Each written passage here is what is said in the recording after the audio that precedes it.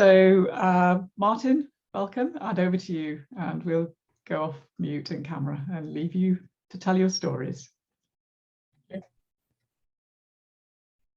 Good afternoon, everybody. As you heard, my name is Martin Cunningham, and I'm the recipient of Alex's living donation. Just a little bit of background. I first found out that I had PKD when I was diagnosed in 1992 at the age of 35. I was having an investigation for another issue at the time. I then found out that my mother had it as well. Neither of us actually considered that it might be inherited or anything like that. But in 1997, my mother suffered a dramatic kidney failure, and she survived 2 years on peritoneal dialysis. She passed away in 1999 at the age of 74. After my mum died, her consultant decided to keep an eye on me, and I started having regular checkups. And these became more frequent as my kidney function decreased. In September 2013, my kidney function dropped below 19 for the first time, and I was transferred to the nurse-led low clearance clinic. That was when they said that I should start considering transplant options. My wife had always said that she would be quite willing to give me her kidney, but one of the nurses said that some of her patients had posted on Facebook to sort of tell of their plight, as it were. And so in December that year, I put out an appeal to family and friends only. It wasn't sort of, to the wider community. And it was along the lines of Jo, my wife, was plan A, but I needed a plan B in case something went wrong. As a result of that, I had 4 offers, which is quite amazing, really. 4 people were subsequently tested: my wife, my cousin, my neighbour, and my great niece, Alex. It transpired that my wife had blood group A, and I'm blood group O, and we were therefore not compatible. They did check my acceptance of a blood group A, and my antibodies were just too strong against that. So my neighbour was also tested, and he was O negative, but both my cousin and Alex were good matches. It was Alex who eventually gave me my kidney on the 7th of October 2016, exactly 1 week before her 33rd birthday. She chose that date because she didn't want to give a kidney donation actually on her birthday. Understandable. But what a wonderful gift, what a wonderful person. I first met Alex when she was 4. We are related by marriage. And because she lives in Birmingham, we only met on family occasions. So without further ado, I would like to introduce you to the person who gave my life back, Alexandra Dobbins, my angel donor. Over to you, Alex. Thank you, Martin. Feel a bit emotional hearing that. Thank you for your lovely words, and thank you everybody at the PKD Charity for inviting me along to talk to you today. So some of you may find it hard to believe, but I do actually sometimes forget that I have donated a kidney. So in order to prepare for today, I've had to do quite a bit of memory searching, as well as looking at hospital letters, looking at text messages, etc. So just try and remember it all, because it seems, oh, it was so long ago now.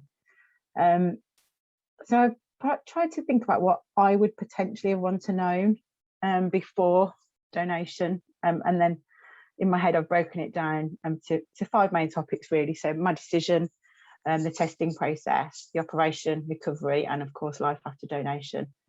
So I hope that this is pitched right, but this is my story. So when I saw Martin's post on Facebook, it was December 2013, and he explained his situation, and obviously his ask was that he needed a potential plan B. I remember thinking my first thought was, God, he's my mum's age. That must be awful, and what must that feel like? But I also thought I could do that. Before discussing it with anybody, I did a little research to understand what it would entail. I googled the selfish questions, like how would one kidney affect me? And don't judge me, but can I still drink alcohol with one kidney? You know, all the important questions. And I must say, what I found was there was a lot of information, what it was like for recipients. Bearing in mind this was 7 or 8 years ago, so it may have changed now, but I found very few resources that answered everything that I wanted to know. That being said, what I did read didn't put me off. And a friend of mine, Chris, had previously been an altruistic donor a couple of years previously, and he donated his kidney to a stranger. So I remember thinking at the time what a special person he was, because I could absolutely imagine giving my kidney to a friend or a family member, but I wasn't so sure I could give it to a stranger. But his response always stuck with me. It was a shrug, and it was, well, I don't need to. And you know, that was that stuck with me. And I think it was with that in mind and the research that I'd done that prompted me to start to speak to my family and partner about Martin's ask and my consideration of the ask. So I had a mixed response from my mum and my sister. So my mum felt it was a lovely thing to consider, but she's also my mum, so she was obviously worried about how it would impact me. My sister Grace had the same view that I did and said that she would consider it herself. One issue with that was she was heavily pregnant at the time with twin boys, so it wasn't realistic in terms of surgery or recovery that Grace be an option. Partner Denver was kind of neither here nor there in his opinion, and I think I felt at one point he might have just been humouring me as if to say, yeah, okay, yeah. But supportive nonetheless. So my first appointment for testing was, sorry, I'm jumping ahead. So yeah, I suppose once I'd spoken to everybody, I wanted to let Martin know that I was considering this. So I messaged Martin on the 29th of December. And I think the message said something along the lines of, if I'm not too wine damaged, I'd be prepared to be your plan B. It was in, I think, about February time, 2014, Martin gave me the information to make contact with Guy's Hospital in London. So the ball was in my court. The hospital weren't allowed to contact me. I had to contact them.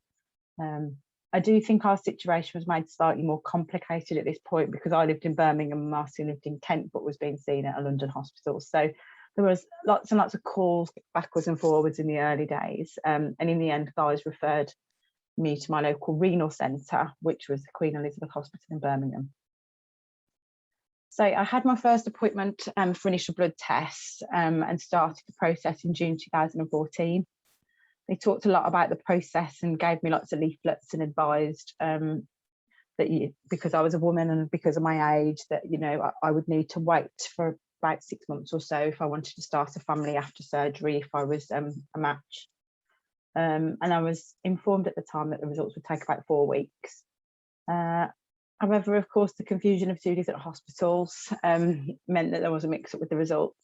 But I finally received those back on the 24th of August to say that it was confirmed Martin and my blood group matched and our tissue compatibility was 4 out of 6. By this point, Auntie Jo, Martin's wife, had been ruled out as she wasn't a match due to her blood group. But Martin's cousin was also a potential match, and I think his neighbour as well. There was a little bit of a wait then, but I suppose one of the things that I wanted to, I think there's a 3-year-ish gap between us having conversations and then the surgery actually taking place. But a lot of that is dependent on actually the fact that Martin didn't necessarily need a transplant imminently at this point. You know, his kidney function was remaining stable. So the process did take a while, but I think that is, everybody's journey is different. So in November 15, I was referred to Guy's for the next stage of testing. 3 more tests would be at QE, and then the following 3 would be at Guy's. So things started moving really quickly then. And then at some point during that time, we went from 3 possible donors to just myself. I had previously spoken to my boss about the process that I was going through and the possibility that I would be donating a kidney. I work in the NHS, so I did expect to be supported, and I was. However, given the time that it took before, between decision and testing, during this time I'd started in a new role as matron of inpatient learning disability services. So at this point I was really aware that my absence from work for what could be a significant period of time would have an impact on the services that I supported. And I was also a little bit worried that my new boss wouldn't be as supportive as my previous boss. But I needn't have worried. She couldn't have been more supportive, to be honest. She advised me that her brother had got a kidney disorder, but unfortunately transplantation wasn't an option for him. She'd give him a kidney in a heartbeat if she could. My boss was also aware of a lady in the organisation who donated her kidney to her son. And so she put me in contact with her in case I wanted to talk to somebody who was going through a similar situation. I had some further tests in August 16, which showed that my kidney function results from my most recent test was actually, my function was higher than most people my age. Also in August, Martin and I jointly attended an appointment with the legal department at Guy's. I don't think I'd realised the governance that went into ensuring that people were donating for the right reason. I'd never imagined that people would donate for the wrong one, to be honest. So Martin and I had a joint appointment, but also separately as well. So I think we had to talk through our family tree, who was married to who. We showed photographs of us at family events to prove that we knew each other. And then we received the legal approval in September 16. So all that being said, all was looking good, and the date was set for surgery on the 7th of October. And I just had to attend a pre-op at Guy's a couple of weeks before for some final tests, and then that was it. So somewhere in between August and September, I think I started to tell friends about the donation. And they were all really supportive, but also it shocked, that I hadn't mentioned it sooner. But also I think that I was so blasé and a little bit calm about it. I think I'd made the decision not to tell them because up until that point it wasn't ever confirmed, and it was just a lot easier just to go to them with a full story rather than tell them something might happen. So once I obviously told them all, everybody was really supportive. So on to the surgery then. So 6th of October, my mum and I got the train to Euston. We were staying at Guy's overnight. There's some accommodation at Guy's that they provide people who are travelling from a distance for surgery. Martin had to be admitted the night before. And the 4 of us, my mum, Martin, Joe and myself, managed to escape for a few hours for what we called a last supper in Borough Market. And I think, if I'm honest, at that point it still didn't hit me. Although as I was having my second glass of wine with dinner, I thought, oh God, I should probably have water. That night I had a bit of a restless sleep. But again, I don't think it was down to nerves. I do think it was due to being in a strange place and sharing a room with my mum, which I don't think I'd done since I was a child. So yeah, it was fine. And then on the morning of the 7th, Mum and I walked over to the ward. Now this is where it gets a little bit of a blur. I think the nerves may have started to set in a little bit then. And I remember having a conversation with an anaesthetist who suggested that I might want to consider a spinal block and a general anaesthetic, because this sometimes improved initial pain management post-surgery. So I obviously said absolutely. And then next thing I remember, I was on the gurney having my spinal block, and then I was being wheeled into surgery. I believe my surgery lasted around about 3 hours, but I remember waking up in the recovery room and speaking to one of the nurses in the room. I think I just said, "Oh, hi, what's your name?" And he looked at me in absolute shock and said, "Oh, people don't usually talk in here." So I think my consciousness lasted too long though, because the next thing I know, I woke up on the ward with my mum and my auntie Jo next to me. And they said that one of the surgeons had been round and said, "Boy, was that some kidney." Apparently when kidneys are connected during transplant, it can take a time for them to start working. But this one worked straight away. So we've affectionately nicknamed it my super kidney over the years. But when I woke up then, I didn't feel any pain. All I felt was hunger. I was starving. I had to convince the nurses I was fine, so they would let me eat something. Within the next 24 hours, I honestly felt okay. Obviously, I knew that I'd had surgery and there was discomfort.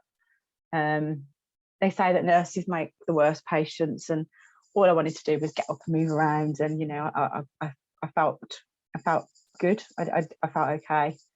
When I was allowed to get up and start moving around, I had a morphine drip that helped with the pain. However, on my first solo trip to the bathroom, which I insisted on doing, I did have a bit of a funny turn, but that's my own fault for trying to do too much.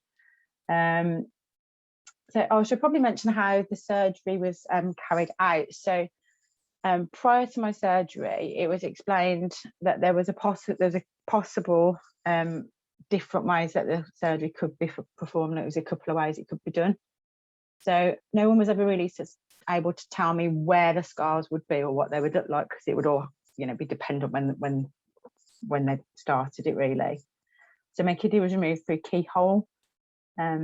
Now I'm sure that there's people on this call who'll be able to give you a much more technical explanation, but my version is basically they work to disconnect the kidneys, done through 2 small incisions, and then a bigger incision is made just below the belly button to remove the kidney once it's disconnected. My scarring wasn't too bad. So I got 2 little ones and then one scar that's about that big. I was discharged from Guy's the following day, so I think that's 2 days after my surgery, possibly. And I was discharged back to my cousin Michelle's house. Michelle and her husband Paul live in Kent, and Michelle worked from home, so had offered to look after me until I was well enough. Auntie Jo did want to look after me initially, but once we realised that Martin was going to be in hospital a little bit longer than I would, it wouldn't be possible for Jo to be able to look after me and visit Martin. So this situation worked for everybody. So I was provided with transport to take me back to Michelle and Paul's. And I'm not going to lie, that the old ambulance with the poor suspension coupled with potholes of London was not a good combination. And by the time I got to Michelle's, I felt like I was going to pass out, but I was fine. I rested for the next few days, watched lots of Netflix, was waiting on hand and foot. And as Martin said, exactly a week after my surgery was my 33rd birthday. And I actually felt well enough to go for a pedicure, a manicure and some afternoon tea, which was lovely. The following day I was well enough to go back to Birmingham. So I was collected and driven home by a family member. This is where Denver had a fast track lesson in cooking to make sure that I was well fed. So I spent the next couple of weeks in a cycle of feeling fine, so overdoing it, and then paying for it the next day. So my advice to anybody considering going through this surgery, listen to your body. Healing on the inside and the outside, so take it easy and enjoy the rest. I did have some trouble sleeping for the first couple of weeks due to being used to sleeping on my front. So at that point, Netflix became my best friend in the early hours of the morning. And then a few weeks after the surgery, I had to travel back to Guy's for my post-op assessment. I think it was about 4 weeks after. Getting the tube post-surgery in rush hour was a little bit scary, but I made it there safely. The consultant was pleased with my recovery. She had a couple of tips to look after myself, that was just to remind me that I should obviously avoid getting pregnant for 6 months or so to allow internal recovery, avoid taking ibuprofen other than the occasional one, and contact sports. So not really a sporty person, so didn't impact me in the slightest. And that was it. No lifestyle changes. I could drive again and I could go back to work. So I returned to work 6 weeks after the operation on a phased return. I'm not entirely sure I needed it, to be honest. I was absolutely fine. And pretty soon after that, life was back to normal. I could do everything I'd done before. I remember a couple of months after the surgery, I was loading the dishwasher and I was just hit with a strange thought, and I just thought, oh, my kidney's in Kent. And it was such a strange feeling, but I honestly do forget that I've been through this experience and that I've only got one kidney. I've the experience was 6 weeks out of my life without a lasting impact, so it is easy to forget at times. So a few months after our surgery, I attended a party to celebrate Martin's birthday, or allegedly. Although little did I know the party was actually for me, and it was a thank you party thrown to me, thrown by Martin and Joe, with all of our family and friends to say thank you. So I walked into the song by Kirsty MacColl, Thank You for the Days, which actually, if you listen to the words, is really fitting. And we had a cake topped with a Wonder Woman shaped kidney. It was a fantastic night, made all the more special seeing Martin dancing on the dance floor. Martin and I celebrated our 5th year kidneyversary, as we call it, on the 7th of October this year. And I can say, hand on heart, the process hasn't changed my life one bit, but I know that it has for Martin and Joe and our family. Martin was back on the golf course not too long after our surgery, and I feel a sense of achievement and pride knowing that my little deed, the 6 weeks out of my life, has made such an impact on Martin's life. So back when I had my surgery, the doctor spoke about fertility and said, at the time they said, avoid getting pregnant, and I guess I'd never really considered whether there would be an impact. But at that point, children were in my future. So as time's progressed, I have wondered if, donating my kidney would have an impact on this. But I'm pleased to say and sit here and tell you today that Denver and I are expecting our first child in March, a little girl. There have been no additional risks identified as part of my pregnancy. That having one kidney hasn't made me any higher risk of a pregnancy than if I hadn't. I would like to say to anybody considering donating a kidney that obviously everybody's journey is different. However, for me, it's been nothing but a positive experience. I would say, do your research, speak to others who've been through a similar situation, speak to your family and friends, and make sure you're fully informed before you make the decision.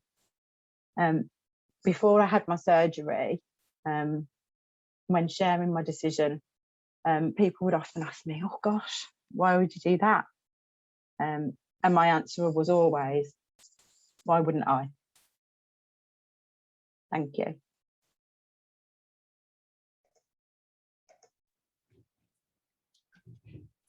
Wow.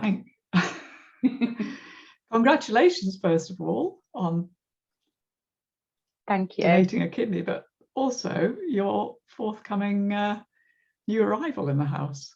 Thank you. And thank you so much for sharing your story. Martin, are you still there as well, if you wanted to add anything else? While we're waiting. Oh, who's that? Yeah. I was starting to get teary towards the end there as well. What can you say? I think I've said most things in my gratitude to Alex over the times that we've been together since, and I just think she's the most wonderful person that you could ever come across. That's, what more can I say? I don't know if it was absolutely clear there that Martin and Alex are not blood relatives. That you know, he is her great uncle, but they're not blood relatives. So I think it's sort of, it's just even somehow even more special, really, that she was prepared to do that. And you, Alex, you mentioned the surprise party and the cake. If anybody wants to take a look at that, we'll just drop a link in to the chat. You can see a little bit more about Martin's story, Martin and Alex's story, and it shows a picture of the fantastic cake. It was fantastic, and it tasted lovely as well. I mean, you look incredibly well, I have to say. You look fabulous. So Oh, how many months pregnant are you now? Oh, I'm doing it in weeks at the minute. So I'm 24 weeks on Monday. So I think it's 5 months. So yeah. Thank you, Jane. Fabulous. Yes, as Jane has said, it's a great story of how two unrelated people and of different genders can donate, because it still surprises me when I hear people saying, oh, you know, can a man give to a woman, or vice versa. And a big age gap as well. I mean, Alex was what? Yeah. She was 32 at the time, you know, so she was, you know, whereas Martin was a bit older than that. Yeah. Remind us again, Martin, how old were you when you had your transplant? 59. 59, yeah. That's right. So at least many more years on the golf course. Absolutely. My kidney is a lot younger than I am. I'd like to say that, but yes, that was going through my head as well. Yes, I think that's definitely an advantage with the living donation scheme, that whereas in the deceased scheme, they do try and more closely match the recipient and donor to maximise, you know, the opportunities for the organs. But in living donation, of course, a parent can donate to a child, and we see that with the rare form of PKD, that parents can donate, and as we've seen in the opposite direction as well. Yeah. So, any questions? Yeah, just having a quick look. A few people made some comments in the chat. Yeah, somebody here, a father who donated to, oh, sorry, I assumed a father, but it might not be. It's an anonymous person who donated to his or her son, and basically saying that age does not prevent donation nor hinder a quick recovery afterwards. And also reinforcing what you said, Alex, that life resumes quite quickly thereafter. I don't know whether you noticed that as well, Martin, that once you got over the post-op period and got your strength back, that you were able to slot back into normal life. I was in hospital for the full week, which was a couple of days longer than a lot of people. Yeah. But I mean, they always tell you that you know, not to try and do too much too soon.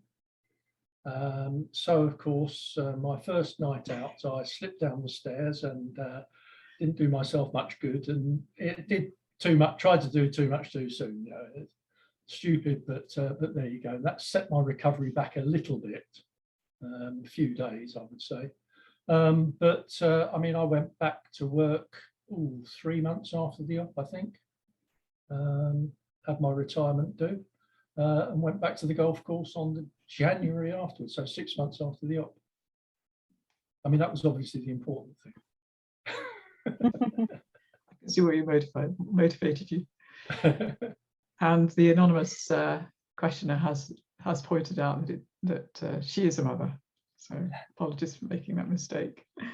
And Margaret in the chat has also commented on donating at 68, hope you don't mind me saying that, Margaret, but it is in the chat, to her younger sister. And one of her worries was arthritis. Might be a problem to not being as active, but hopefully you're doing okay, Margaret. Yeah. Susan, do you want to make a comment as a a donor? It's lovely to hear another donor's story. We never get emotional about our own. I did shed a tear about yours. And I think that's it. When you make that decision to donate, it's a light bulb moment. You don't think you're doing anything special. You just see the benefit. And I've never, ever have I come across someone who's regretted their donation. And it's lovely to hear people being able to share openly about the experience. And you mentioned the pain, the morphine. It's something I remember, if you say that first 24 to 36 hours. It's a bit like childbirth, you forget all about it. And it was away by day too. So no, and I think as donors, we can see the benefits. Martin's a superb guy, and we know how much he enjoys his golf. I always say, people say to me, why did you donate? Our children were younger at the time. My son was keen football. It would be training 3 nights a week, a match on a Saturday. And I'm pleased to say I never had to go to any. His dad only missed 1 match and he had to watch it from the car. And that's it. So yes, I donated, and what have I got in reward? A husband who's well enough and walks the dog when it's wet. And it's the simple pleasures. We don't think anything of what we've done, do we? No, I think you're right, Susan. I think I started another new job. It's all in the same organisation, I should add. I didn't just hop from place to place. I've got had another new job. And obviously people in that department weren't aware. And I think after about a year, it came up in conversation. And everybody's always just saying, like, oh, wow, that's amazing. And like you say, I agree with you, absolutely. It was a decision that was made, and I don't think it was anything special. I think that if more people knew how easy it was, more people would do it. And it shows I'm now almost 8 years post-donation, and it's something that's come across from the medics today, is the importance of that annual MOT. Yeah.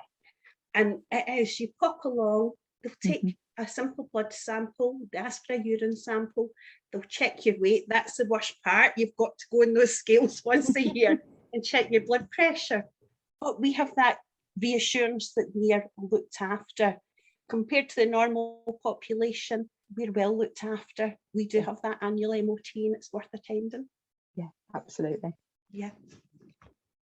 So we do have a couple of questions here, one for Alex and one for Martin, and also Alex. But so the first one is from John, just saying what a great story. And he is going to donate to his wife, and they're not blood compatible. But can you give any advice on the post-recovery phase and sort of practical do's and don'ts from your experience? And maybe Martin also could answer those. Yeah, definitely. So as I said before, don't walk before you can run, especially as Martin said, he fell down the stairs. So take it easy where you can. I think you'll have days where you'll feel better and a little bit normal, and then you might want to do a little bit too much. Don't, because then you do, it hits again the next day. A good old cushion against your stomach to cough into, lots of water, lots of bed rest, and lots of TLC, I would say. Martin, is there anything you would add?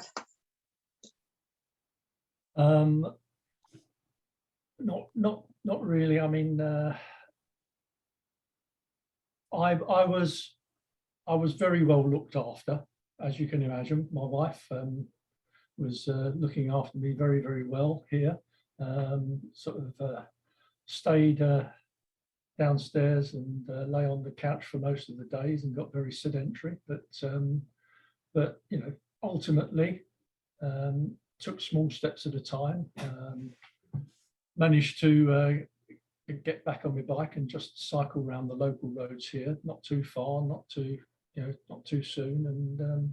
And yeah, it's small steps at a time, and make sure that that you give yourself time, as Alex said, to recover. The body's a wonderful thing. It bounces back really, really well. So yeah. So sort of follow-up question really, Martin, if you're willing to answer, what did your EGFR go back to post-transplant? And for both of you, how often do you have your blood tests and checkups? Right, because you hear stories of people post-transplant of having an EGFR of 70 and so on. Mine was never that high, and it's because I'm a fairly tall bloke, big bloke, and Alex is a slightly more diminutive lady. And but my kidney function is quite satisfactory. It's around about just below 50 in the EGFR. So that's fantastic as far as I'm concerned.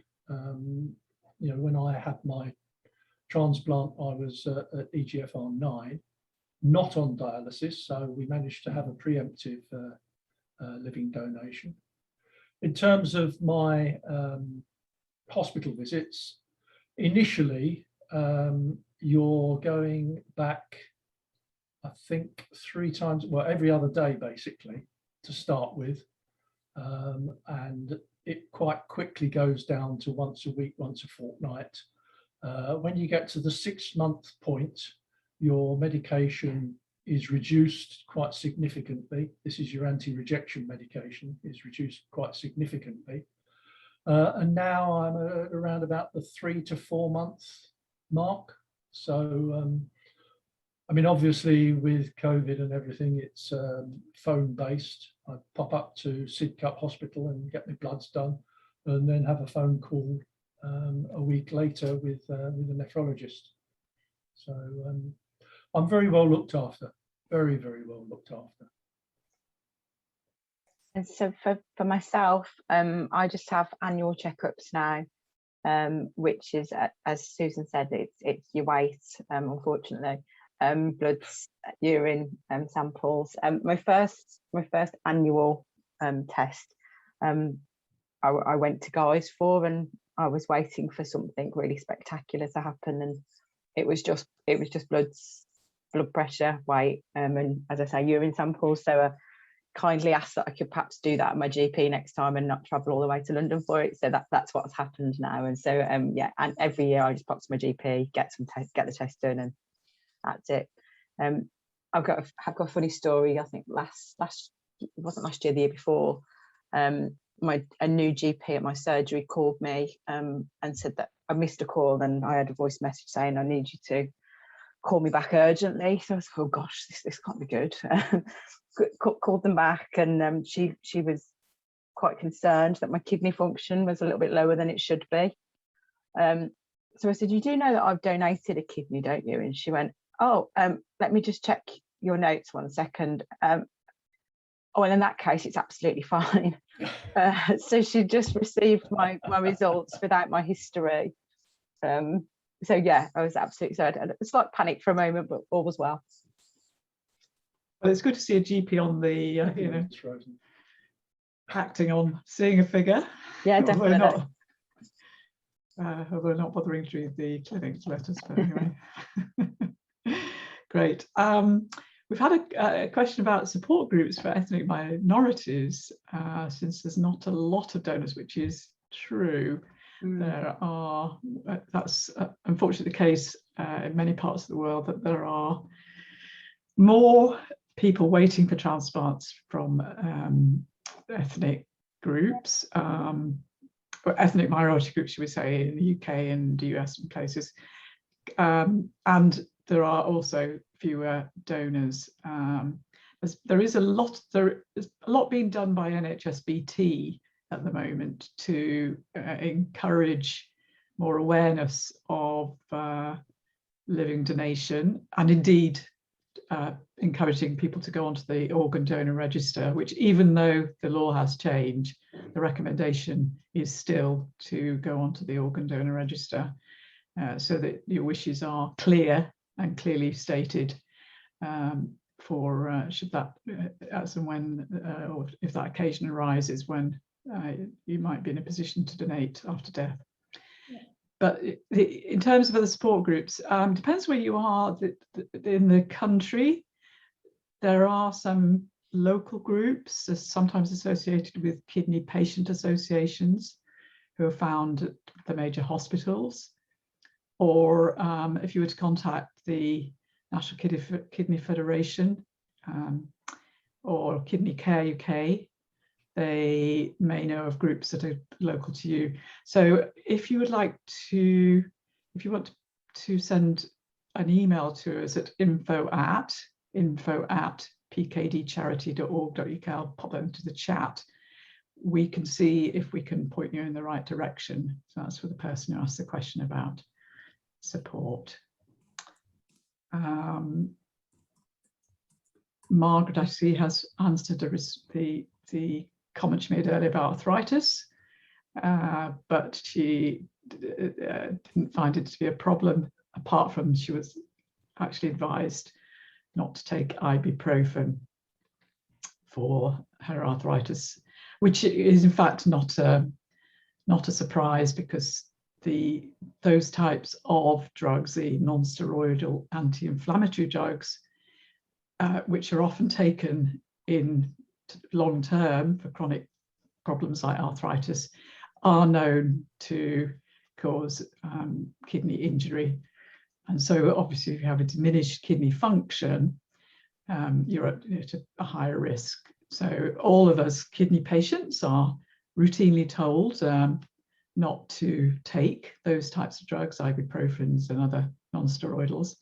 But of course, a donor who would have had perfect function prior would probably not know about that risk. So it was good in this case that the pharmacist had alerted her about taking ibuprofen. It's an unfortunate consequence because those types of drugs are very good at dealing with inflammatory problems, but they do have this side effect of potentially harming the kidney. And that is a known issue with those drugs. Tess, I've noticed that Mr. Campbell seems to still be logged in. Now, I don't know if he's just still logged, he's just not logged out. He's just not logged out. But I'm wondering if he's still around and there are any questions for him, just whilst we've got him in our grasp. Yes. Mr. Campbell, are you still here? I think maybe just he's just not logged out yet. Yeah. No, as we said before, if there's any question that comes to you after the event, you can see our email address there in the chat. Just send it to info@, and we'll either point you in the right direction or find you somebody who can answer that question. Double checking. Just another comment here about the donor getting fantastic reassurance of a full health check, which is, as Susan and others pointed out, is probably more than the general population gets, and it can give you an early warning signal if there are any problems ahead. Great. Right. Double checking. Anyone else? Any questions for us, members of the panel? No. I do want to say though to Martin, I'm so pleased to see you looking so well. I think Martin has definitely had a few challenges. Obviously he was lucky enough to receive a kidney from Alex, and that's terrific. But since then, there's been a few of the dramas, and I'm sure he won't mind me sort of mentioning that he recently did have brain surgery for a condition that's completely unrelated to PKD, and had a bit of a rough time. So it's lovely to see him here today with a big smile on his face and still hair on his head. Well, he's growing back anyway. Yeah. So well done, Martin. Thank you very much, Jane. It's nice thanks to be once able again, to be here. And thanks once again for coming along. And hopefully you'll be able to repeat it at a live event, or we're finally able to come out of our solitary confinement. Susan's told you about the next events coming up.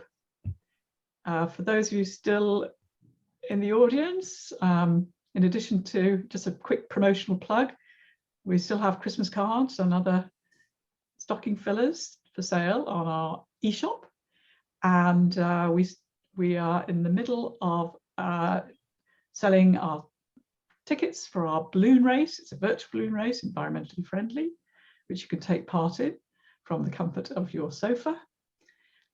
We'll be launching balloons from Mount Snowdon, virtually of course, on the 6th of December. So if you haven't already bought your balloons, please have a look at our website and buy a balloon and send it off for PKD to help us fund research and the work of the charity. So this just dropped the link to our shop. And you might want to drop, I don't know if you want to just drop the link to the balloon race. I also want to remind everybody of our helpline. Susan mentioned that earlier.